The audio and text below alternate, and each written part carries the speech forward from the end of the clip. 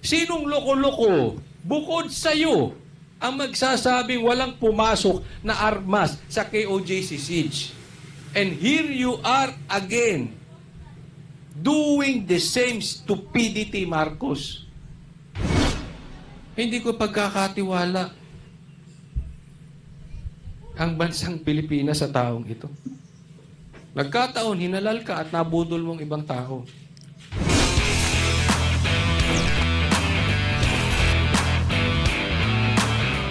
Magandang araw, Luzon, Visayas, Mindanao. Welcome back po sa ating channel. Pag-uusapan po natin ngayon itong mainit na issue patungkol nga po doon sa mga blank item na kung saan ay umabot na po sa napakatinding issue dito po sa ating bayan, no?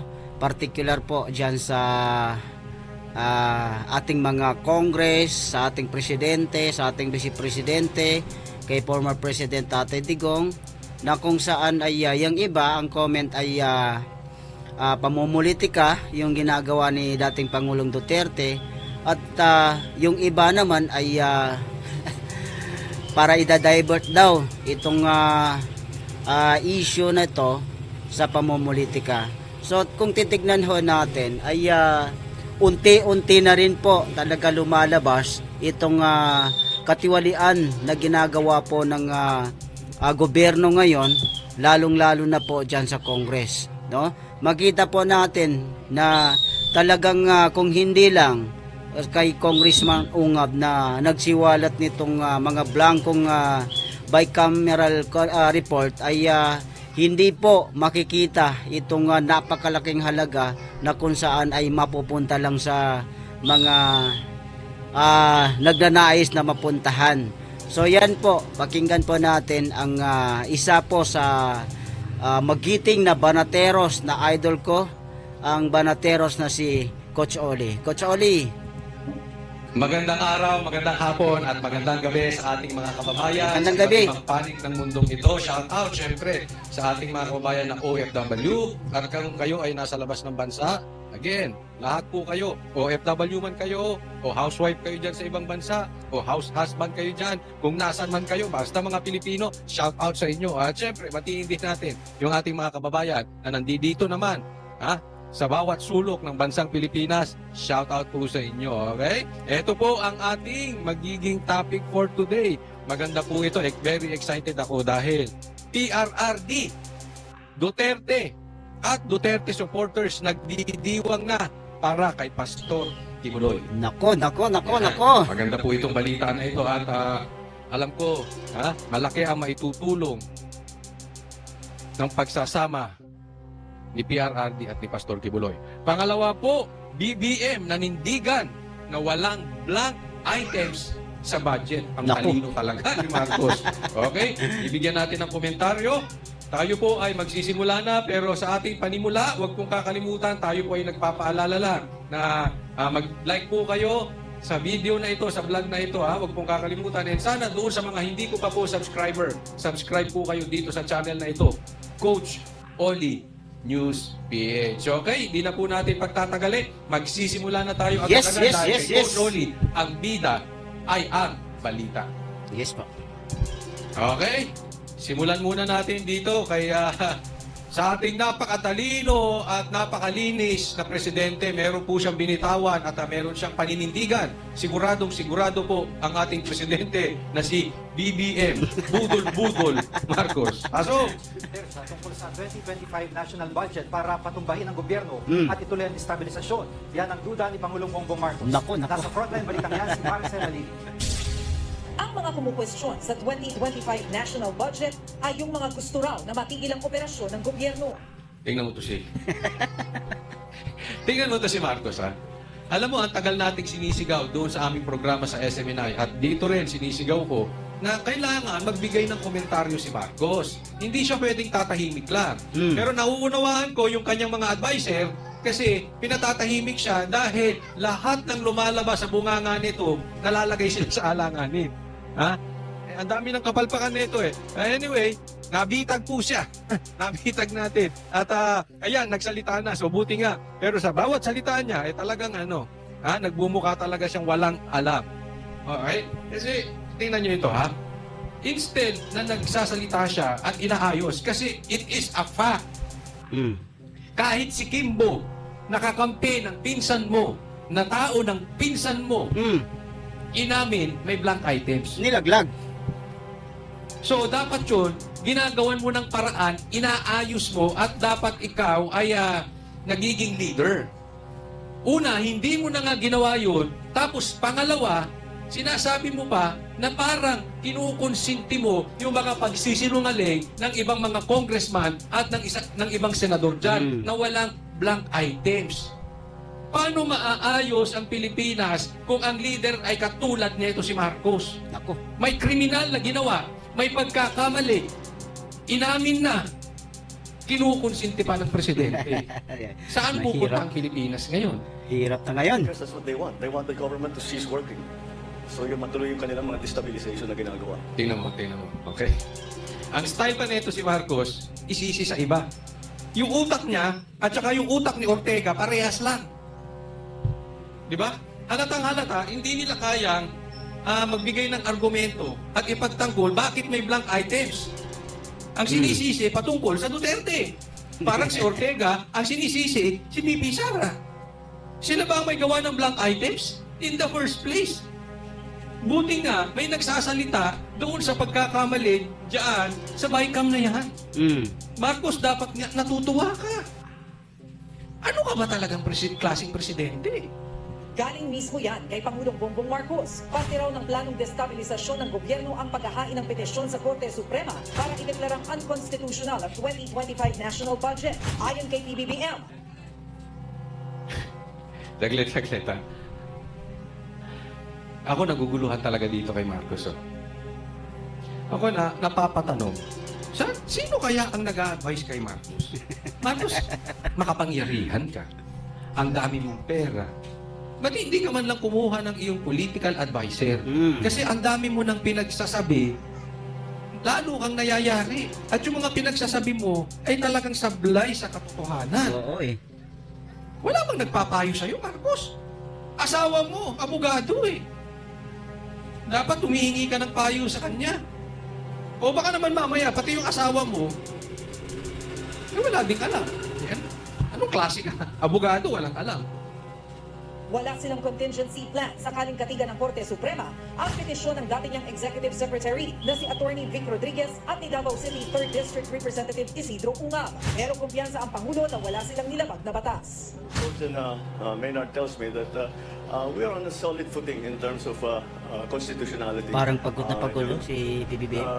I don't know why. Wala daw silang nilabag na batas at constitutional yung nangyari. Marcos, alam mo ba yung nangyari? Baka wala kang alam. Ito problema natin, Marcos. Baka salita ka ng salita, wala kang alam sa nangyayari sa bansang Pilipinas. Saan ka ba nagpupunta? Ha? Araw-araw ka bang gising, wala ka bang tulog? O tulog ka ng tulog, wala kang gising? Tapos namulat ka. Ay, Presidente, ako magkomentaryo ko. Kasi yung mga komentaryo niya talaga parang parang out of this world. Parang wala siyang alam. Why they bother to file that? Because napakahirap ng kanilang assertion. It clearly doesn't... well, anyway, it's not for me to make the argument. Parang Dagdag pa pagod ng na pagod, Pangulo, oh. wala nga blankong item sa 2025 national budget. Because I reviewed it, analyzed it, and yes, in parts vetoed it. And so for those of you, and up to now, I cannot find those damned blank items. You? Damn blank items. I cannot find those damn blank items. Muntik ako malaglag sa... Ito yung nagsasabi na walang blank items. And this is the same man na nagsabi na walang armas na pumasok sa KOJC siege. Ito yung tao ni isang armas, sinabi niya, walang pumasok sa KOJC. Kahit itanong mo yung taong si Torre, ang daming armas. Ito po yung sinasabi ko. Si Bongbong walang alam sa nangyayari. Ahay ka ba? Hindi po kita pinagbibintangan, ako'y nagtatanong lang. Pero daig mo pa yung pagkalutang ni Lenny. Wala kang alam. I mean, this is totally, completely ignorant person. May iba kasi yung bobo eh. Iba yung talagang wala siyang alam sa nangyayari. Isipin mo, walang blank items daw. Hindi daw niya mahanap yung blank items. Inamin na nga ni Kimbo, may blank items. Yun nga, nalaglag. Saan ka ba nagpupuntang planeta, Marcos? Nagpunta ka ba sa ibang planeta ng 2 linggo at tapos bumalik ka ngayon lang, hindi mo alam sa nangyayari sa Pilipinas? Is this the person na magtataguyod ng mga Pilipino? Is this the person na magtataas ng ekonomiya ng Pilipinas? Ni wala siyang alam sa nangyayari dito sa ating bansa. All the more, wala siyang alam sa damdamin ng Pilipino. Yun ang problema nating malaki dito sa mama na ito. Alam mo, Marcos, kung gusto mong makatulong sa Pilipinas, ako, suggestion lang naman. Hindi kita pinipilit. Ako yung nagsasuggest lang. Baba ka na dyan kasi wala ka talagang alam. Sinong loko-loko, bukod sa'yo, ang magsasabing walang pumasok na armas sa KOJC siege? And here you are again, doing the same stupidity, Marcos. Hindi ko pagkakatiwala ang bansang Pilipinas sa taong ito. Nagkataon, hinalal ka at nabudol mong ibang tao. Pero Marcos, tulungan mo naman ang Pilipinas. Grabe itong tao na ito. Diba? Ni-review at binasa raw ni PBBM ang mahigit 4,000 pahina ng 2025 General 4,000 pahina binasa niya. Wala siyang nakitang blanco. Appropriations Act. Pero hindi niya raw makita ang tinutukoy na blank items. I'm convinced. Tanga. Hindi po siya sinasabi kong tanga, ha? Bobo. Kotsoli! Walang alam. Hinahanap mo kasi sa GAA. Ang sinasabi nilang blanco sa BICAM. Yung sinasabi mong sinungaling si PRRD ay tungkol sa GAA. Ang sinasabing blanco ni PRRD, ni Ungam at ni Atty. Vic ay sa BICAM. Alam mo, eto yan, ha? Hindi ko alam kung nagtatanga-tangahan ito si Marcos o talagang tanga o talagang nililigaw ang mga Pilipino. Kasi ito nakikita kong estilo. Huwag po tayo magpapagulo doon. Dahil hindi nila kayang ipagtanggol yung blank items na yan, ginugulo nila yung facts. Ramdam na ramdam at kitang-kita natin doon sa mga speech ni Chis Escudero, nililigaw nila. Itong Young Guns, nililigaw nila ang issue, ang sinisisi Duterte. Si Drilon ang sinisi Duterte. Pero sa bandang huli, ang sinasabi niya, ito ang pinakakurap. Pero sa madaling salita, para hindi maintindihan ng taong bayan, nililigaw nila itong sitwasyon. And are you at the same page, Marcos? Yan din ba ay nililito mo ang taong bayan? Or sadyang tanga? Or nagtatanga-tangahan ka? Ganito po kasi yan. Para doon sa mga maikling paliwanag lang. Ito kailangan ko pong ulit-ulitin. Nang sa ganoon, maipaliwanag natin sa ating mga kababayan. Kasi darating at darating. At yan po ang kumakalat na mga nagsasabi na mga politiko na ang style na gagawin nila, guguluhin nila yung facts. Okay? So ipaliwanag ko lang mabilisan. Gagawa sila ng budget. Pasisimplihan ko as far as I can. As much as I can, pasisimplihan.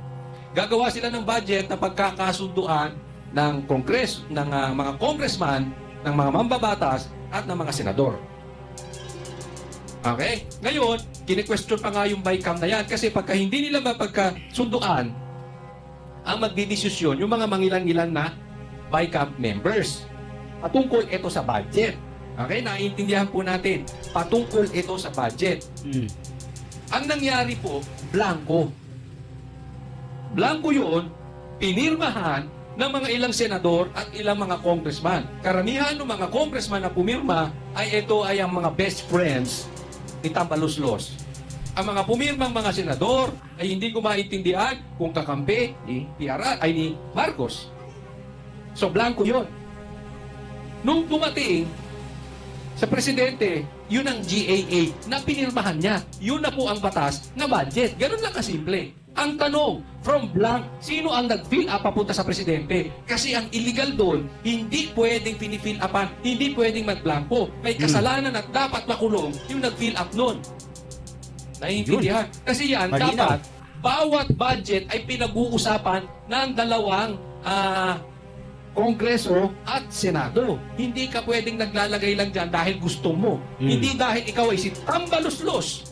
Hindi dahil ikaw ay si Lisa. Kung sino o magkano ang gusto mong ilagay dyan, ilalagay mo. Dahil yan ay pinagdedebatihan ng upper at lower house. Congressman at mga senador, naiintindihan. Yes, malinaw, Sinong malinaw. loko-loko? Sinong makapangyarihan ang nag-fill up nun? Yun ang may alsa demonyo. Yun, malamang-lamang ang planong magnakaw. Sigurado. Nagigers 100%. na. Ito si Marcos, kumpleto ng kumpleto ng kumpleto. Tanga talaga.